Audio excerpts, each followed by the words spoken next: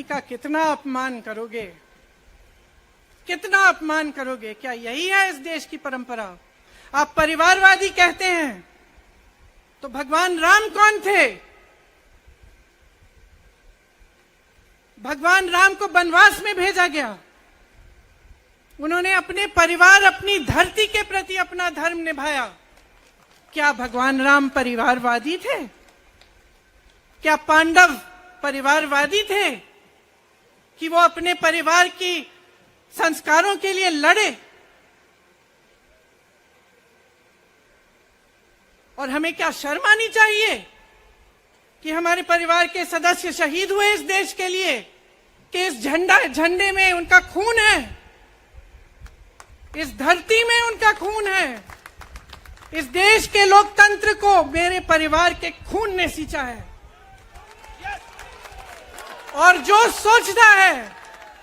सोचता है कि हमें अपमानित करके हमें डराएंगे, हमें धमकाएंगे, जो सोचता है कि तमाम एजेंसियों को लगाकर हम पे छापे मारकर हमसे कुछ भी कर ले, हमें डराएंगे, वो गलत सोचते हैं। हम डरने वाले नहीं हैं। अरे कायर है इस देश का प्रधानमंत्री। लगा दो केस मुझ पर, लगा दो केस मुझ पर, जेल ले जाओ मुझे भी, लेकिन सच्चाई ये है कि इस देश का प्रधानमंत्री कायर है, अपनी सत्ता के पीछे छुपा हुआ है, अहंकारी है। और इस देश की बहुत पुरानी परंपरा है, इस देश की बहुत पुरानी परंपरा है, हिंदू धर्म की पुरानी परंपरा है कि अहंकारी राजा को जनता जवाब देती है। उस शहीद के बेटे को आप देशद्रोही कहते हैं, आप मीर जाफर कहते हैं, उसकी आप मां का अपमान करते हैं। आपके मंत्री मेरी मां का अपमान भरी संसद में करते हैं। आपके एक मुख्यमंत्री कहते हैं कि राहुल गांधी को पता भी नहीं है कि उनका पिता कौन है। आपके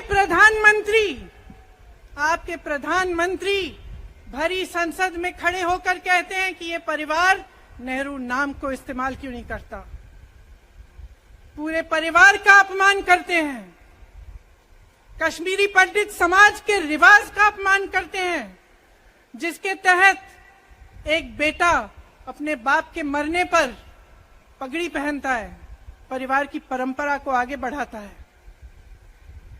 लेकिन आप पर कोई मुकदमा नहीं होता, आपको 2 साल की कोई सजा नहीं मिलती, आपको जेल की सजा नहीं मिलती, आपको संसद से कोई बाहर नहीं निकालता, आपको मना नहीं करता कि 8 सालों के लिए आप चुनाव नहीं लड़ सकते। क्यों? बीजेपी सरकार और मोदी जी खास करके हमारे को कमजोर समझ रही है। अगर कोई व्यक्ति अहंकार से हमारे को कुचलने की कोशिश करता है तो उसका मुंहतोड़ जवाब देने का भी हमारे पास, सत्य बोलने से रोक सकता है, प्रामाणिकता से चलने के लिए हमको कोई आड़ा आता है और देश को बचाने के लिए, आजादी को बचाने के लिए, डेमोक्रेसी को बचाने के लिए, संविधान को बचाने के लिए, फ्रीडम ऑफ स्पीच और एक्सप्रेशन को बचाने के लिए जो कुछ भी कुर्बानी देना है हम देते रहेंगे, लड़ते रहेंगे, उसकी रक्षा करेंगे।